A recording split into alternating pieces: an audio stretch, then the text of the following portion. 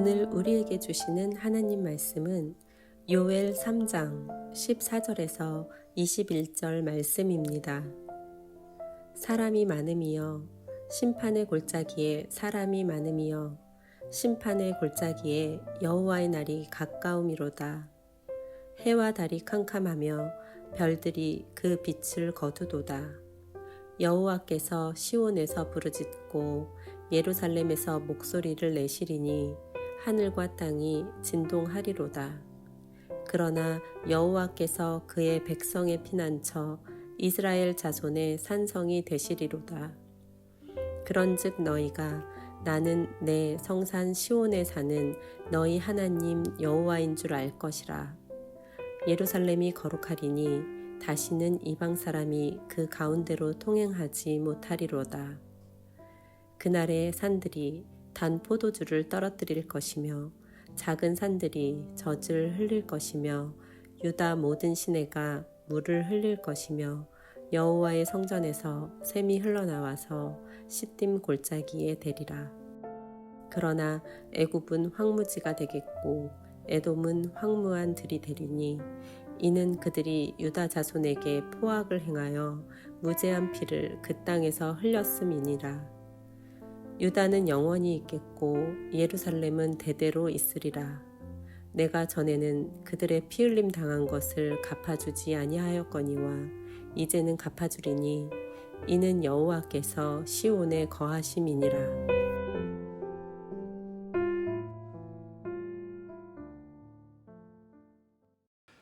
요엘서는 하나님께서 이스라엘 백성들을 심판하시겠다는 예언의 말씀으로 시작했습니다. 하나님은 하나님께서 택하시고 하나님께서 준비해 두신 세상 중앙에 있는 땅 가나안 땅에 들이신 당신의 백성이라 할지라도 그들이 범죄하고 우상을 섬기면 그들을 다른 나라들의 포로로 잡혀 끌려가게 하시겠다라고 말씀하셨습니다.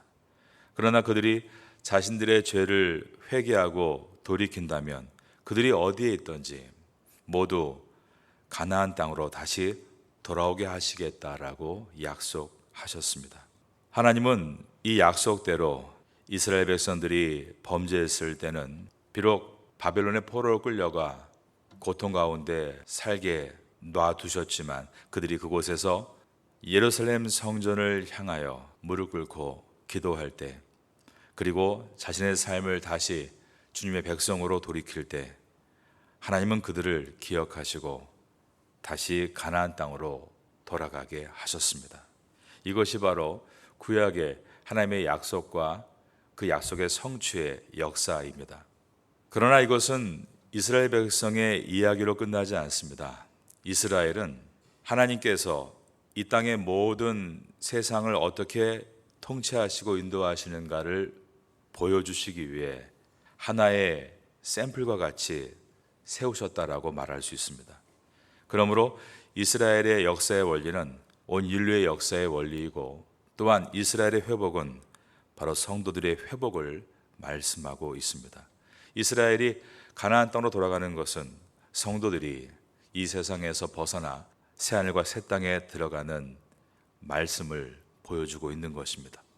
요엘서는 처음에 하나님께서 범죄한 이스라엘을 심판하신다. 이것을 여호와의 날이라고 선포했습니다. 그리고 나서 이제 이 여호와의 날은 더욱더 확장돼서 하나님은 세상의 모든 나라, 모든 민족들도 하나님의 복음을 듣지 않고 회개하지 않고 돌아오지 않으면 심판을 받게 되는 것이다.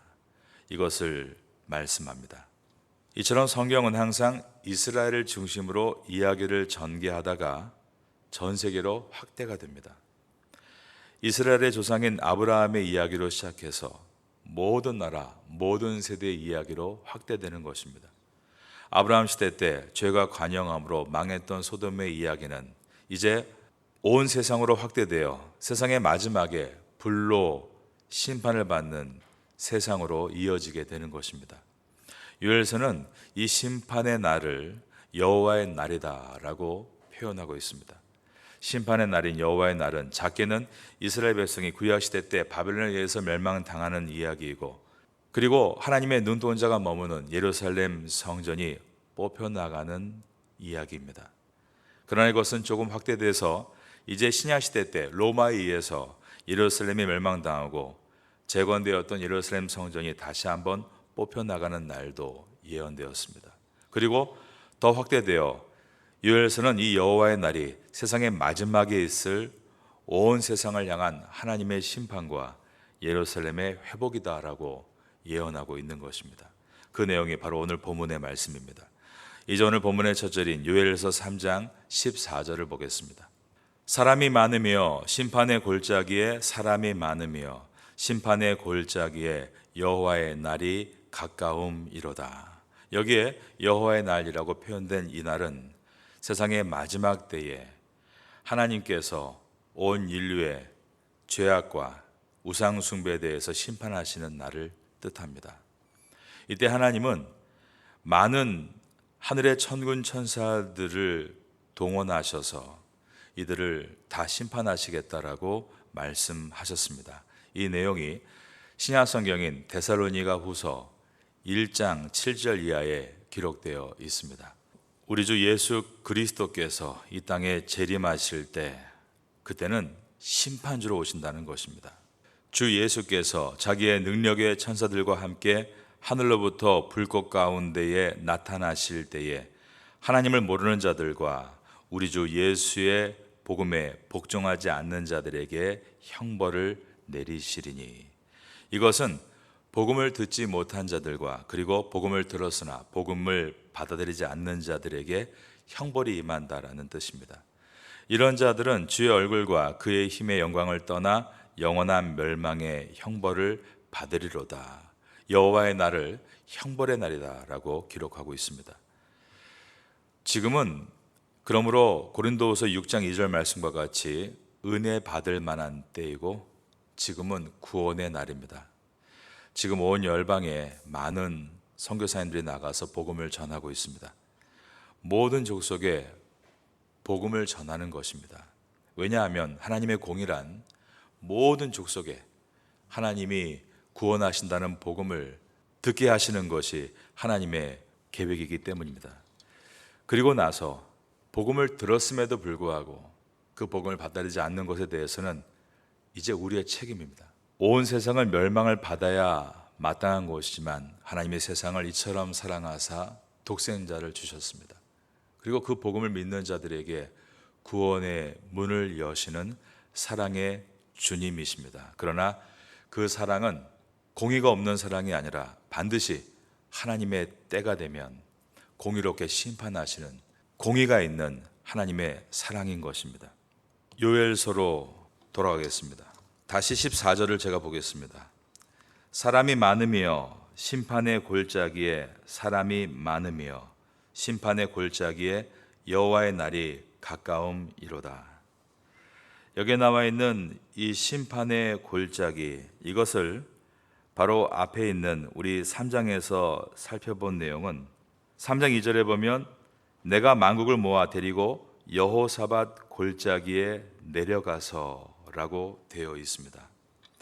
여기서 하나님이 말씀하시는 세상의 마지막에 심판의 날인 여호와의 날, 하나님께서 심판할 자들을 모두 모으시는 그 장소를 여호사밧 골짜기라고 하신 것입니다. 이것은 여호사밧 왕 시대 때 하나님께서 유다의 적들을 크게 심판하신 내용들을 기억하게 해줍니다. 하나님의 심판의 날이다라는 것입니다. 그러면 이 날이 어떻게 나타나게 될 것입니까? 성경에는 마지막에 모든 악한 것들이 하나님과 대적하는 전쟁의 역사를 기록하고 있는데 요한계시록의 말씀입니다. 요한계시록 16장 16절입니다.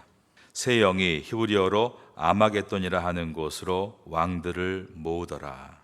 우리가 영화 가운데 아마겟돈이다 이런 영화들을 많이 보는데 마지막 전쟁이라는 표현도 있고 세상의 멸망이라는 주제로 작품을 만들기도 합니다. 이 모든 아이디어는 이 요한계시록에서 나온 것입니다. 성경의 마지막 전쟁을 아마겟돈이라는 곳에서 치르게 될 것이다 라고 기록하고 있기 때문입니다.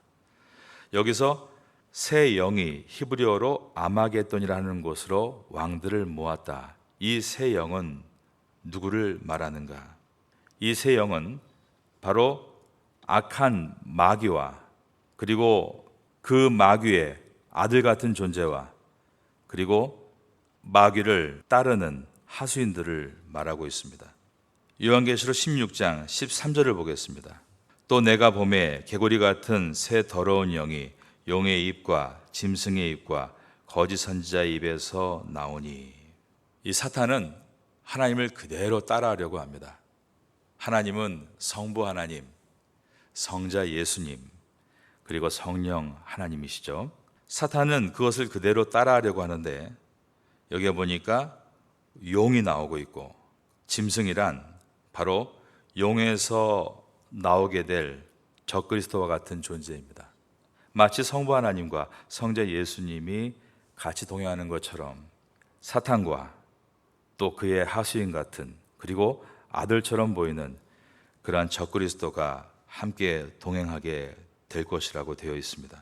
그리고 13절에서 거짓 선지자들이 나오고 있습니다. 이 거짓 선지자들은 사탄과 적그리스도를 경배하고 따르는 무리들입니다. 바로 이들이 세상을 아주 혼란하고 미혹하게 할 것입니다. 사도 바울은 서신서 여러 곳에서 이러한 거짓 선지자를 주의해야 한다라고 여러 번 말한 이유는 세상에는 진리를 말하는 참 주의 종들도 있지만 또한 뭔가를 뒤틀어서 결국 사람을 미혹에 빠뜨리는 거짓 종들도 있기 때문입니다. 이러한 역사는 지금도 계속 세상 가운데 일어나고 있습니다. 하나님은 하나님의 골짜기에서, 즉 여호사밧 골짜기에서 이 모든 악한 것들을 다 모아서 심판하시겠다라고 말씀하셨습니다. 하나님은 이 큰 심판의 날을 여호와의 날이다라고 말하고 있는데, 이 여호와의 날을 요한계시록에서는 하나님의 큰 잔치의 날이다라고 표현을 합니다. 요한계시록 19장입니다. 또 내가 보매 그 짐승과 땅의 임금들과 그들의 군대들이 모여 그 말 탄 자와 그의 군대와 더불어 전쟁을 일으키다가, 이것은 예수님께서 이 땅에 재림하실 때의 모습을 말 탄 자라고 표현한 것이고, 그리고 그분께서 하늘로부터 이끌고 오신 천군 천사들을 그의 군대라고 표현한 것입니다. 21절에 보면 그 나머지는 말 탄 자의 입으로부터 나오는 검의 죽음에 모든 새가 그들의 살로 배불리더라 라고 되어 있습니다. 모든 새가 배불리 먹는 이 잔치를 요한계시록은 하나님의 큰 잔치다 라고 표현을 했습니다. 19장 17절입니다. 또 내가 보니 한 천사가 태양 안에 서서 공중에 나는 모든 새를 향하여 큰 음성으로 외쳐 이르되 와서 하나님의 큰 잔치에 모여. 하나님의 큰 잔치, 여호와의 큰 잔치, 이것은 모든 죄를 지은 자들과 우상을 숭배하고 따르는 자들을 심판하시는 여호와의 날입니다. 그런데 요엘서가 말하고 있는 것은 이 여호와의 날은 믿지 않는 자들에게는 심판의 날이지만 믿음을 지키고 끝까지 주를 붙들고 나아간 사람들에게는 구원의 날이다 라는 주제를 가지고 있습니다. 이 주제가 요한계시록에도 동일하게 나타납니다. 요한계시록은 바로 이 날은 예수님께서 이 땅에 오셔서 악한 자들은 심판하시지만 끝까지 믿음을 지킨 자들에게는 구원을 주시는 날이다. 그러면서 이 날을 같은 요한계시록 19장에서는 어린 양의 혼인잔치다 이렇게 기록되어 있는 것입니다. 19장 9절 말씀입니다. 천사가 내게 말하기를 기록하라. 어린 양의 혼인잔치에 청함을 받은 자들은 복이 있도다 하고, 또 내게 말하되 이것은 하나님의 참되신 말씀이라 하기로. 여기에 나와 있는 기쁨의 잔치, 어린 양의 혼인잔치 또한 요엘서가 말하고 있는 대주제 여호와의 날에 이루어지는 잔치입니다. 그러니까 믿는 사람에게 그 심판의 여호와의 날은 구원의 날이 되는 것이고, 믿지 않는 자들에게는 마지막 하나님의 심판을 받고 지옥에 떨어지는 날이 되는 것입니다. 다시 요엘서로 넘어가겠습니다. 여호와의 날, 하나님의 재앙의 날을 요엘서는 해와 달이 캄캄하여 별들이 빛을 잃은 날이다 라고 표현하고 있습니다. 3장 15절입니다. 해와 달이 캄캄하여 별들이 그 빛을 거두도다. 이스라엘 백성이 살고 있는 지금의 가나안 땅, 즉 예루살렘은 온 인류가 지금이 어느 때쯤인가를 보여주는 이정표라고 말할 수 있습니다. 우리가 가령 파타야에서 출발해서 저 치앙마이를 간다고 할 때, 뱅콕을 지나갈 때는 아이고 아직도 치앙마이 가려면 멀었네 그럴 겁니다. 그런데 아유타야를 지나면 야 이제 치앙마이로 좀 가고 있구나 라고 생각이 듭니다. 그러다가 한참을 올라가서 람빵이라는 곳에 도착을 하면 이제 내릴 준비해야 되는구나. 기차를 타는 분들은 짐을 정리하고 뭔가 떨어진 것이 없는가 주변을 돌아보다가 그 람빵에서 그 다음에 치앙마이 역에 도착하면 그 모든 짐을 잘 정리해서 내리는 것입니다. 이처럼 어디쯤이 아유타야이고 어디쯤이 람빵이며 그리고 치앙마이까지 얼마나 남았는가, 이 이정표를 우리에게 알려주시기 위해 이스라엘이라는 한 나라를 택하시고 그 나라의 이야기들을 성경에 담아 우리에게 이정표로 주신 것입니다.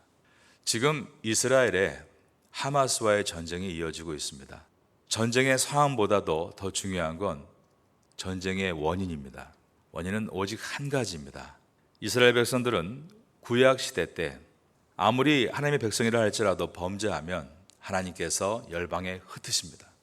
그리고 성전도 뽑아 버리십니다. 그러나 하나님께 회개하고 다시 자신의 삶을 온전하게 주 앞에 돌아오게 하려 할 때는 하나님께서 그들이 어디에 있든지 그들을 다 하나님이 약속하신 가나안 땅으로 돌아오게 하시고 그리고 그 땅에 성전을 세우게 하시는 것입니다. 이 역사는 이제 성경과 함께 천국의 마지막 이정표를 우리에게 보여주고 있습니다. 지금 이스라엘 땅에 있는 동예루살렘에는 오마르 사원이 세워져 있습니다. 그 사원의 별명은 황금돔 사원이라고 부릅니다. 지붕의 동그란 모양을 금으로 입혔기 때문입니다.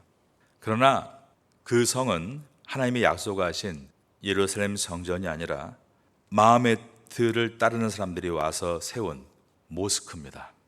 그래서 이스라엘 사람들은 반드시 성전을 다시 지어야 되는데 공교롭게도 성전을 지을 그 터, 아브라함이 모리아 산에서 이삭을 바쳤고 그리고 솔로몬이 세웠던 예루살렘 성전 그 터가 바로 지금 오마르 사원의 터입니다.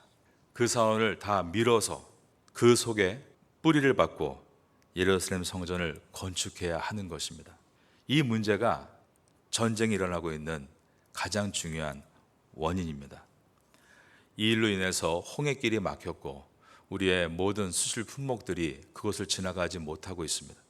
하나님은 세상의 마지막 때에 이스라엘 백성을 모두 그 가나안 땅으로 돌아오게 하시겠다라고 약속하셨습니다.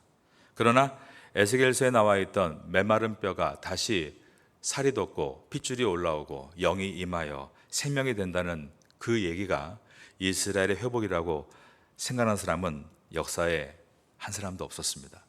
그런데 정말 역사적으로 이스라엘 백성이 돌아오게 되었는데 우리가 알고 있는 것처럼 1차 세계대전이 일어나면서 이스라엘 백성들을 도와야 한다는 이야기가 일어나기 시작했고 2차 세계대전이 지나가면서는 이제 완전히 이스라엘을 돕는 분위기가 되어서 그들은 1948년 5월 14일에 지금 있는 가나안 땅, 아브라함이 약속하신 그 땅에 나라를 세우고 돌아오기를 시작했습니다.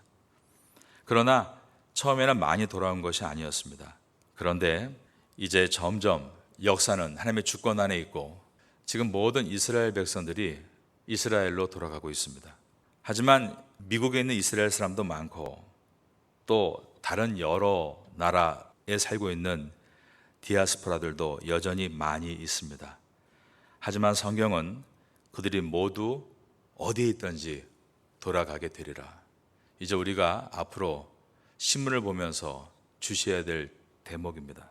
지금 예루살렘 성전에 가면 지금은 들어갈 수 없지만 몇 년 전에 전쟁 전에만 해도 가면 예루살렘 성전은 지금 완전히 관광지입니다. 파타야 관광지는 비교도 안 될 만큼 그 좁은 골목골목에 무슬림들이 파는 장식품들, 유대인들이 파는 성경의 조각들, 기독교에 관련된 많은 물품들, 7 금초대, 또 천주교인들이 좋아하는 묵주, 다양한 물건들이 가득가득 채워져 있습니다. 정말 예수님께서 내 집은 만민이 기도하는 집이다라고 하셨는데 지금은 모든 장사꾼들의 장사 소굴이 된 곳이 예루살렘의 모습입니다.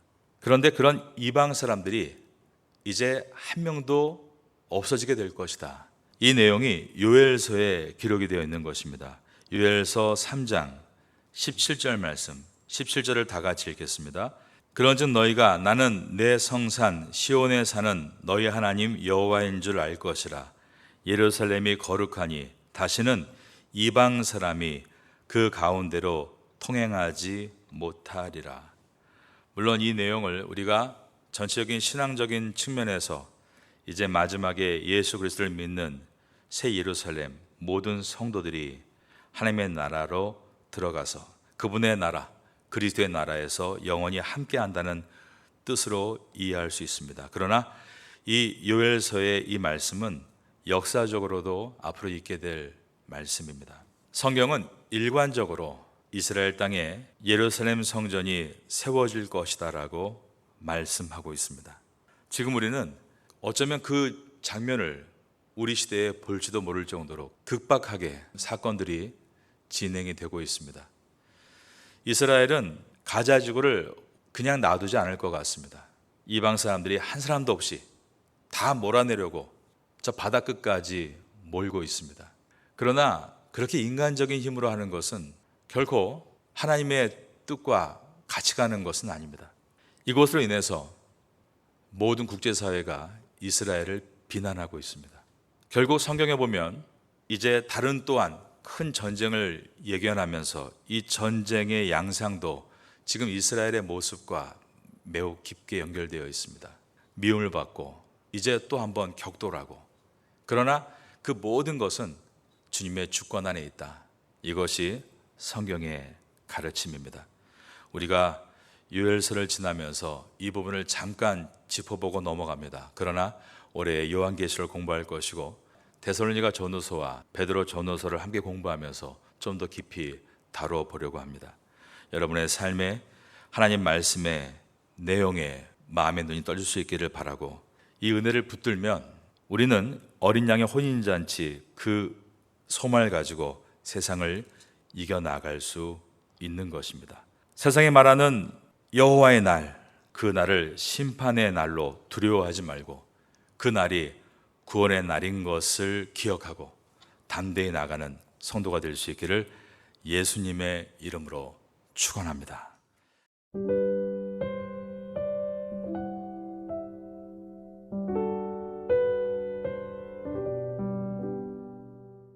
지금은 함께 기도하는 시간입니다.